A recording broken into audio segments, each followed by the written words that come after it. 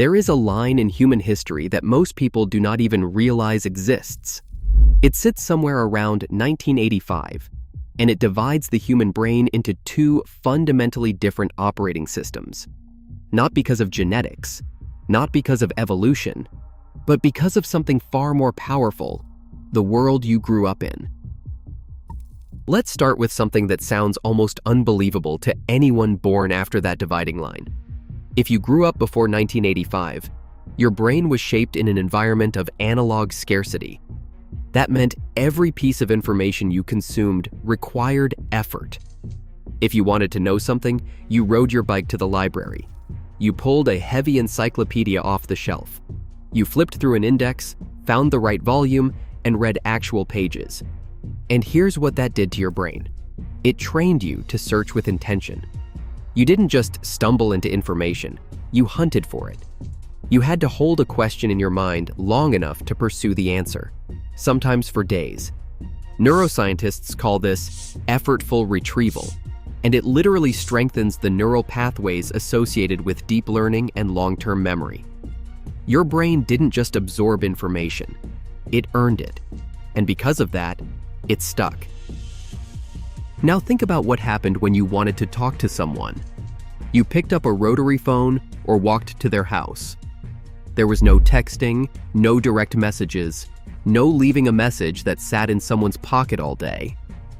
If your friend wasn't home, you just didn't talk to them. You had to tolerate that gap, that unanswered question of whether they got your message, whether they'd call back, whether plans were still on. And you were fine with it. Your brain learned to function inside uncertainty without treating it as an emergency. That's not a small thing.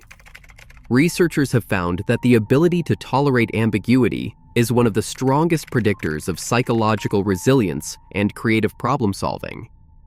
You didn't learn that from a therapist. You learned it from waiting by the phone on a Friday night. But here is where it gets really interesting. Before 1985, your brain was trained on single-task focus in a way that is nearly impossible to replicate today. You watched one channel because that was what was on. You read a book because there was nothing else competing for your attention. You sat through an entire movie at the theater without checking anything because there was nothing to check. Your brain spent hours, days, years in a state of sustained, uninterrupted attention. And that mattered more than anyone understood at the time. What was happening underneath all of that stillness was your prefrontal cortex building dense, sophisticated networks for concentration. Deep focus was not something you practiced. It was your default mode. Your brain never had to fight for its own attention because nothing was trying to steal it. Compare that to what happened after 1985. The world began fragmenting. Cable television exploded into dozens of channels. Video games became faster. Personal computers arrived in homes. And then the internet came, and everything shattered into a million pieces. Suddenly, the brain was not being asked to focus. It was being asked to choose, constantly. Every second became a decision point. This channel or that one, this link or that one, this notification or that one. And brains that formed after that shift developed differently. They became optimized for rapid switching, not sustained depth. They grew brilliant at scanning, skimming, and multitasking. But the architecture for deep, patient focus never had a chance to fully form. Now, let's talk about something nobody really discusses. Boredom. Before 1985, was a different animal entirely. You did not have a device in your pocket that could eliminate boredom in 3 seconds. When you were bored, you were truly, profoundly, inescapably bored. You would sit on the back porch and watch ants crawl across the concrete. You would flip a baseball card between your fingers for 20 minutes. You would lie on the carpet and stare at the patterns on the ceiling until they started looking like faces. And during all of that apparent nothingness, your brain was doing something extraordinary. It was entering what neuroscientists call the default mode network, a state where the brain turns inward, makes unexpected connections between unrelated ideas, processes emotions, and essentially performs its own maintenance. This is where creativity lives. This is where self-awareness develops. This is where your brain sorts through everything it has experienced and builds a coherent sense of who you are. People born before 1985 spent thousands of hours in this state without even knowing it. Their brains had time to think about thinking. Modern brains rarely get the chance. And then there's the way you learn to navigate the physical world. Before 1985, if you needed to get somewhere, you used a paper map or you memorized the route. You paid attention to landmarks, the gas station on the corner, the church with the tall steeple, the left turn after the bridge. Your hippocampus, the part of your brain responsible for spatial memory and navigation, was getting a daily workout. Studies of London taxi drivers show that people who navigate complex environments from memory develop physically larger hippocampi. Your brain literally grew because it had to do the work that a GPS now handles for you. And this was not just about directions. It extended to how you organized information mentally, how you remembered sequences, how you built internal models of the world around you.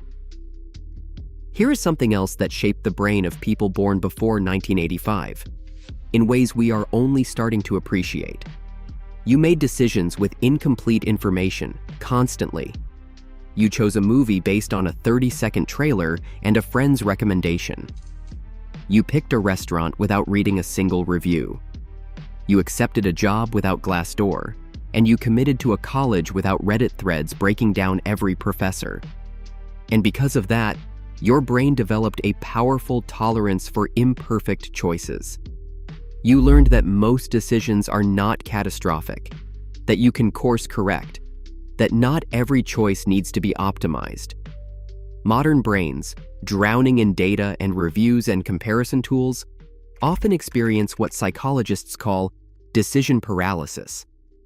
The more information available, the harder it becomes to choose. But the brain of people born before 1985 learned to act on instinct, make a call, and live with the outcome.